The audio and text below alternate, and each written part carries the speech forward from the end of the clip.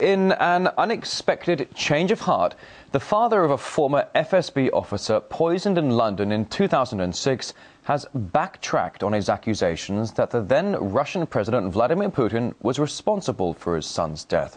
Walter Litvinenko described his claims as lies driven by hatred, saying he didn't know that his son Alexander worked for British intelligence. RTE's Ekaterina Gracheva went to meet him.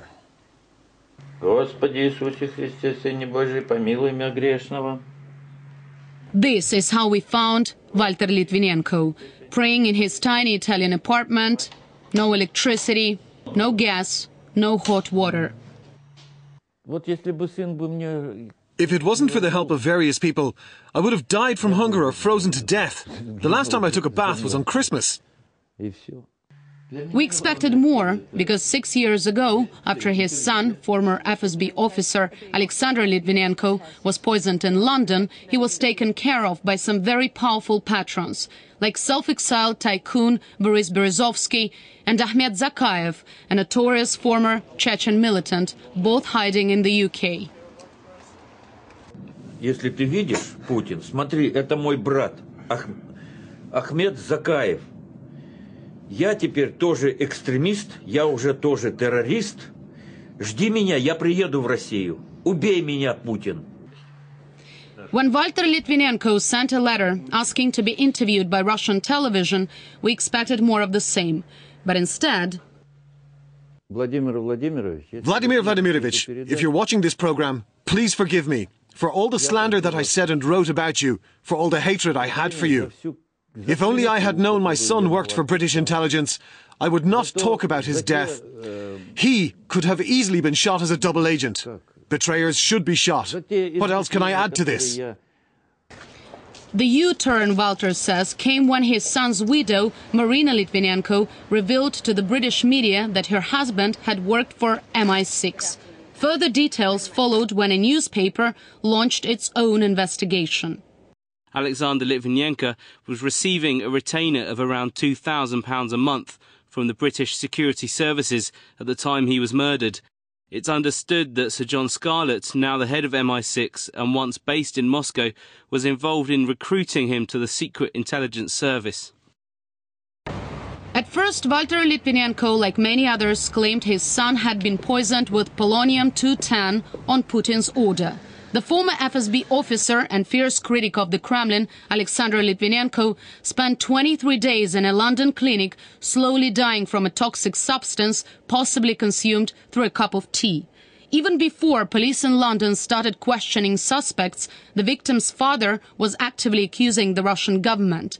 Today, Walter admits he was saying only what the West wanted to hear.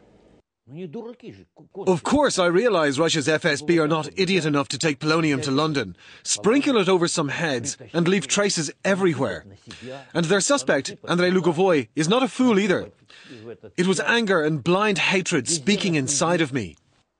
Walter now believes his son fell victim to his own game of double agents. Now he wants his words to be heard, but the media outside Russia, which once beat down his door for interviews, now won't even reply to his requests. And why? Because they like it when I scold the regime. I was a real treasure for them. There are very few people who would say as many horrible things about Putin as I did. In 2008, Walter Litvinenko fled Russia for sanctuary in Italy. He settled in the sleeping, quiet town of Senigallia. It offered a new anonymous life. The man claimed Putin was his #1 enemy, so hiding in Europe he believed was the only safe solution. Today, Walter Litvinenko is still afraid to open this door. Not because of Putin, though, but because of his landlord, to whom he owes a lot of money. This miserable life has made him a slave of his sanctuary.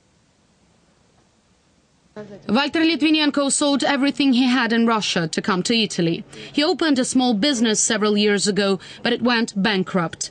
Things got worse when the 73-year-old had buried his wife. Walter now fears her casket could be removed because he hasn't paid the cost of a burial plot. And it's been months since the electricity was shut off to his flat. His last 40 euros went on a gas canister. And that is gone too. This is how I warm myself. I opened this door to let the southern wind inside. There is East and there's Russia, my homeland.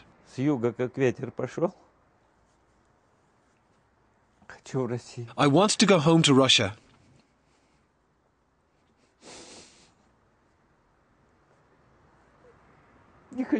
I don't want to stay here. Ekaterina Gracheva, RT, Senigalia, Italy.